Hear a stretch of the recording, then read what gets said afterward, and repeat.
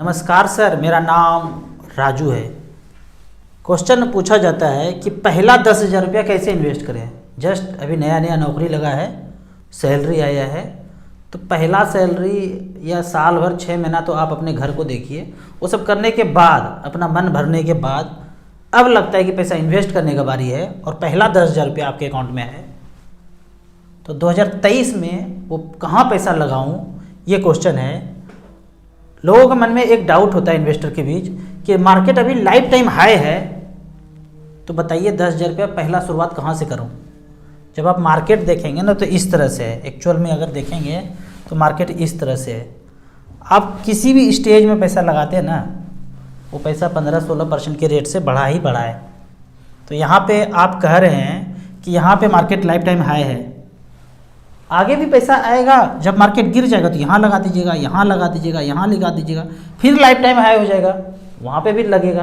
किसी को पता थोड़ी होता है कि आज जो 60-62 हज़ार चल रहा है, अब ये 65 हज़ार कब हो जाएगा, 70 हज़ार कब हो जाएगा, किसी को नहीं पता है। तो हमारा साधारण इन्वेस्टर का काम है कि लगातार जैसे जैसे पैसा आते जाए, खर्च करने के बाद जो पैसा सरप्लस बचे और उस पैसे को छोड़ सकते हैं 10-15 साल तक, तो धीरे धीरे करके पैसा ये लगाते जाना है। क्वेश्चन होगा कि शुरुआत कहाँ से करूं। जस्ट शुरुआत करना है और बड़ा बेहतरीन एक चीज़ सुनने को मिलता है, सबसे ज़्यादा रिस्क नहीं लेना चाहता हूं। तो मैं बोलता हूं कितना रिस्क लेना चाहते हैं, इतना सा, इतना सा या इतना सा, कितना। जब रिस्क का बात आता है ना, मैं आपसे पूछता हूं कि आपको ये पैसे का ज़रूरत कब है और किसके लिए है। बच्चों के लिए, घर बनाने के लिए, खुद के रिटायरमेंट के लिए, बच्चों की शादी के लिए। अगर इस तरह का लिखना शुरू करेंगे ना कि पैसा कहाँ कहाँ रिक्वायरमेंट है, तो पता चलेगा 100 से ज़्यादा लिस्ट बन गया, जहाँ हर चीज़ में पैसा ही पैसा लगता है। मैं 50 हज़ार, 1 लाख, 2 लाख का बात नहीं कर रहा हूँ, वो तो आप कभी भी खर्च कर सकते हैं।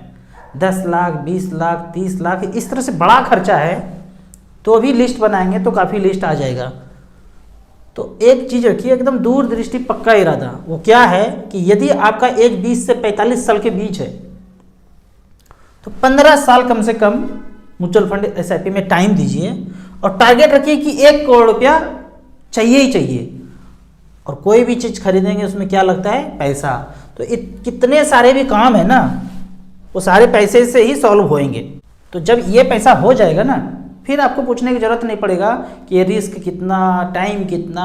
पहला टारगेट रखिए कि ये पैसा पूरा करना है, और वो हो जाता है, इजीली हो जाता है। जिनको समझ में आ गया वो करते करते, सैकड़ों इन्वेस्टर मेरे हैं जो ये टारगेट अचीव कर चुके हैं। जो कोई व्यक्ति भी ये टाइम दे दिया ना, उसका रिस्क धीरे धीरे धीरे धीरे कम हो जाता है।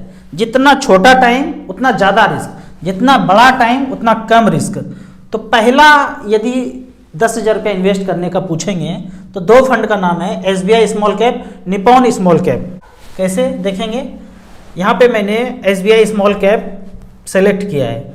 2009 से लेके 2022 तक ये रिकॉर्ड है। 1 टाइम 5,000 रुपये इन्वेस्ट किया, 1 टाइम, एक बार, पहला पैसा सगुन के तौर पे। पिछला रिकॉर्ड है, आगे का तो कोई दिखा नहीं सकता है। 5,000 का वैल्यू है, 58,000 रुपया, 20% का रिटर्न यहाँ पे जनरेट करके दिया है इस फंड ने। दूसरे फंड का बात करते हैं, निप्पॉन इंडिया स्मॉल कैप। 2010 से लेके 2022 तक, पिछले 12 साल में इस 5,000 रुपया का 1 टाइम का वैल्यू है 47,880 रुपया। ये भी 20% का रिटर्न दिया है। यदि इसी तरह से आपके ज़िंदगी में 20% रिटर्न मिलता रहे तो क्या हो सकता है। मैं ये मान के चलता हूँ कि आप 10-10 हज़ार रुपया पर मंथ करेंगे, अपना पेट काट के, अपना शौक मौज ये सब काट करके 10,000 रुपया बचाएंगे। बड़े शहर में रहते हैं, किसी तरह से भी बचा बुचा के ये कर दिया। और ऐसा यदि 25 साल कर दिया और मात्र 12.3% का रिटर्न मिले, तो 30 लाख जमा होता है पूरी ज़िंदगी में, पूरी जवानी में, और पैसा बनता है 2 करोड़ रुपया यदि 12.3 का रिटर्न मिले। यदि ये 14 हो जाए तो खुद से करके देखना है कि 14 में क्या होता है। 14 में हो जाता है 2,72,00,000 रुपया। टाइम कम करेंगे, 20 साल में करना चाहते हैं तो सब कुछ अपने आप करना है। 24 लाख जमा होगा, 1,31,00,000 रुपया हो जाएगा। तो इस तरह से भले ही 10,000 से शुरुआत करेंगे, पर धीरे धीरे धीरे धीरे इसमें एक्युमुलेशन करते जाएंगे। फिर आपके मन में एक क्वेश्चन उभरेगा, आप दोनों तो स्मॉल कैप ही बता दिए, बहुत ज़्यादा रिस्क हो गया। मैं आपको ये समझाना चाहता हूँ कि मार्केट में जो टोटल स्टॉक है ना, टोटल कंपनी है लगभग 5200 कंपनी है। तो पहले 100 को बोल दिए लार्ज कैप बुल्लू चिप, जिसके पास ज़्यादा पैसा है तो 100 कंपनी को वो बोल दिया। फिर 150 कंपनी को मिड कैप बोल दिया, बाकी जितना बचा उसको स्मॉल कैप माइक्रो कैप बोल दिए। तो जो बनना था अमीर कंपनी वो बन गया। छोटे ही कंपनी कभी ना कभी मिड कैप बनेगा और मिड कैप वाला ही कभी ना कभी लार्ज कैप बनेगा। तो हम में पोटेंशियल किस में है, कहाँ पैसा इन्वेस्ट करूँ? तो स्मॉल कैप माइक्रो कैप में ही पोटेंशियल है। और आपके पास टाइम इतना ज़्यादा है, अभी तो जवान है, बहुत ज़्यादा टाइम है, 55 साल 50 साल के एज होने में बहुत ज़्यादा टाइम है। तो यहाँ पे एक और सवाल लोग पूछते हैं, आप कभी इंडेक्स फंड के बारे में नहीं बताते हैं। तो मान लेते हैं कि आपने स्मॉल कैप का इंडेक्स फंड ले लिया, टॉप 50, टॉप 100, 150, 250 स्मॉल कैप का इंडेक्स ले लिया, मतलब वो टॉप का 250 ही होगा ना। अब कोई फंड मैनेजर, ये कोई कंपनी यहाँ से चलना शुरू हुआ, दौड़ना शुरू हुआ और फंड मैनेजर ने उसको यहीं पे पकड़ लिया, छोटा कंपनी है। अब ये दौड़ते दौड़ते 3-4 साल 5 साल लगेगा, तब यहाँ जाके घुसेगा स्मॉल कैप के इंडेक्स में। उसके पहले फंड मैनेजर को जो मलाई खाना तक आ गए। ये 5200 कंपनी है, बॉटम के 50-100 में अगर उन्होंने सेलेक्ट कर लिया और वो दौड़ना शुरू हुआ तो कितना मल्टीफोल्ड पैसा हो जाएगा। इसको दूसरे उदाहरण से समझते हैं। आईपीएल में खिलाड़ी चुना जाता है और एक आईपीएल में चुनने के लिए एक खिलाड़ी के लिए मान लेते हैं 10 करोड़ रुपया का ऑक्शन होता है एक खिलाड़ी के लिए। एक फंड मैनेजर क्या बोलते हैं कि हम तो इतना पैसा नहीं लगाएंगे, हम स्कूल विजिट करेंगे, ग्रेजुएट 12th 10th के स्कूल में विजिट करते हैं और धुआंधार जो पारी खेल रहा है उस लड़के को चुनता है और उसमें मात्र 10-20 लाख रुपया खर्चा करके उसको आईपीएल के लिए तैयार करके मुंबई की टीम से खिलाना शुरू करते हैं। तो फंड मैनेजर ने 10-20 लाख रुपए में खिलाड़ी को तैयार कर दिया और जो आईपीएल वाले हैं वो 10 करोड़ 15 करोड़ 20 करोड़ में एक खिलाड़ी को तैयार कर रहे हैं। तो यही कारण है, मैं नहीं बोलता हूँ या मैं अपना पैसा इंडेक्स फंड में नहीं लगाया हूँ। इंडेक्स मतलब वो सिलेक्टेड है, जो आएगा वही उसके अंदर घुसेगा। लेकिन आदमी का खोपड़ी, जो फंड मैनेजर का खोपड़ी है, उसको तो पहले ही चुनना चाहेगा ना। ये तो मशीन है और मैं कभी मशीन पे भरोसा नहीं करता हूँ, मैं आदमी पे भरोसा करता हूँ। जो मशीन पे भरोसा करते हैं ना वो इंडेक्स फंड खरीदते रहिए, मैं नहीं कभी बोलता हूँ और ना मैं खुद में खरीदा हूँ। अब यहाँ पे आपका कहना है लेकिन मैं म्यूचुअल फंड में पैसा इन्वेस्ट ही नहीं करना चाहता हूँ। हमने सुना है अगल बगल से, चाचा फूफा भतीजा से, कि म्यूचुअल फंड तो भाग जाता है, डूब जाता है, हेरा जाता है। हेराना मतलब खो जाना, बिहारी में हेरा जाता है मतलब खो गया। हमारा एज तो मात्र 30 है, पर इस 30 साल में 30 से ज़्यादा स्कैम, भागना, फ्रॉड होना, ये सब देख चुके हैं। तो हम म्यूचुअल फंड कंपनी में नहीं लगाना चाहते हैं, बहुत सुने इसके बारे में।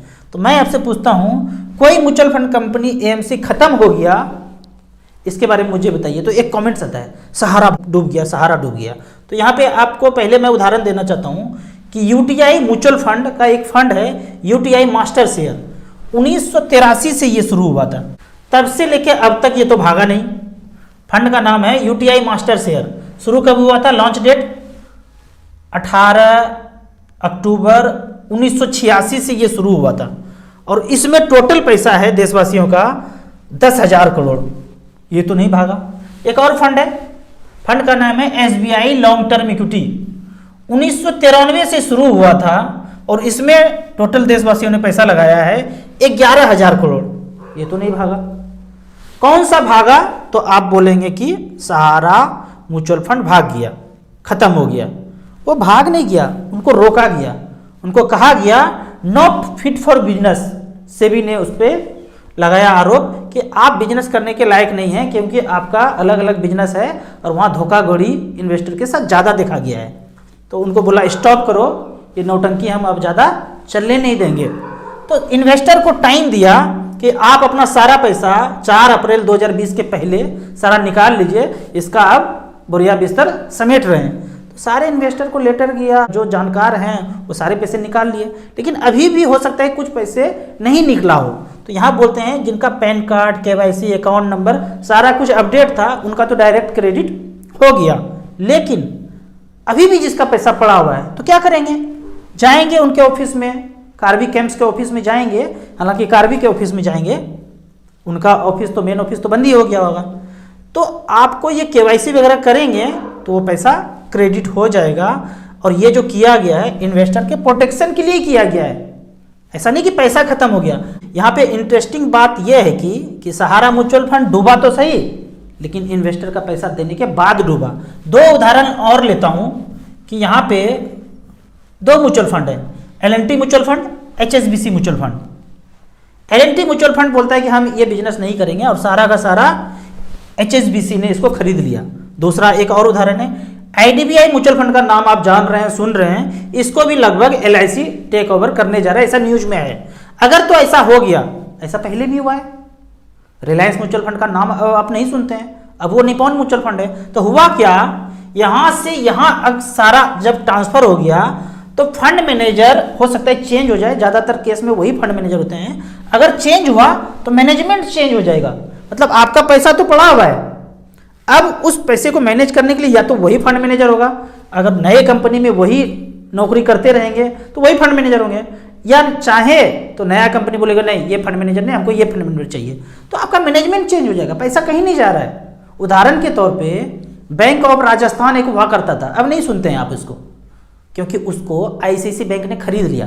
तो क्या जितने खाता धारक थे पैसा उसका खत्म हो गया? नहीं, बंदा बदल गया, कंप्यूटर बदल गया, आई कार्ड बदल गया, अब ICICI बैंक लिखा हुआ है, जाएंगे पैसा निकालेंगे, बोर्ड बदल गया, सब कुछ वैसे ही है। तो ठीक उसी तरह मैनेजमेंट बदल सकता है, बोर्ड बदल सकता है, शटर का रंग बदल सकता है, पैसा कहीं नहीं जाने वाला है। यहाँ पे आपने 10,000 वन टाइम का बात किया था पहला पेमेंट के लिए, लेकिन यदि कोई 10,000 रुपये पर मंथ का SIP कर दे, कैटेगरी है वही इक्विटी स्मॉल कैप, और लास्ट 10 ईयर्स का बात है, तो यहाँ पे देखते हैं सारे स्मॉल कैप कैटेगरी के यहाँ पे चार्ट में है, और 10,000 रुपये पर मंथ पिछले 10 साल में 2013 से लेकर 2022 तक इन सारे फंड ने, किसी ने 42 लाख, 41 लाख, 35 लाख, और सबसे लास्ट में एवरेज अगर बात किया जाए तो 33 लाख रुपया बनाया है पिछले 10 साल में। जमा कितना हुआ? 10,000 इंटू 12, 1,20,000 इंटू 10, 12 लाख का वैल्यू है, 33 लाख रुपया, 19% का रिटर्न है। सबसे खराब फंड ने 24 लाख रुपया बनाया है, 13.84% का रिटर्न है। फंड का नाम है आदित्य बिरला स्मॉल कैप, और जो सबसे टॉप पे है उस फंड का नाम है SBI स्मॉल कैप, इसने 42 लाख रुपया बनाया है, जमा 12 लाख हुआ, बना 42 लाख है 24% के रेट से। पहला फंड का नाम है निपॉन स्मॉल कैप, और दूसरे कैटेगरी पे रोज ऊपर नीचे होते रहता है, काफ़ी दिन तक SBI ऊपर था और अभी आप देख रहे हैं निपॉन स्मॉल कैप आ गया, तो ऊपर नीचे ये है। तो यहाँ पे पहले फंड का देखेंगे रिटर्न 42 बनाया है, इसने 41 बनाया है, और एवरेज का बात करते हैं तो एवरेज 33 बनाया है। लेकिन आप ठान ही लें कि हमें म्यूचुअल फंड में पैसा लगाना ही नहीं है, आप कितना भी बोल देना हमारा इनकम कम है, लेकिन हम कसम खाते हैं कि म्यूचुअल फंड में पैसा नहीं लगाएंगे। तो यहाँ पे एक चीज़ होगा कि गरीब जन्म लिए थे और जब ऊपर भी जाएंगे ना तो गरीब ही होंगे। आपका बिजनेस चल रहा है, खूब अच्छा है, सब कुछ अच्छा है तो ठीक है, लेकिन साधारण आदमी हैं और गरीब हैं, तो थोड़े थोड़े पैसे अगर इक्विटी SIP में लगाते जाएंगे तो वो हो सकता है जो समाज में आपके अमीर दोस्त नहीं कर पाए। आपको इसी तरह म्यूचुअल फंड के बारे में और कुछ जानना है, इन्वेस्टमेंट के बारे में जानना है, तो इस नंबर पे मुझे व्हाट्सअप कर सकते हैं। आप म्यूचुअल फंड में शुरुआत करना चाहते हैं तो दिए हुए ऐप में रजिस्ट्रेशन करने के बाद हमसे जुड़ सकते हैं। वीडियो अच्छा लगता है तो फैमिली मेम्बर्स के बीच इसे ज़रूर शेयर करें। यूट्यूब पे देख रहे हैं तो लाइक एंड शेयर जरूर करें। Thank you so much.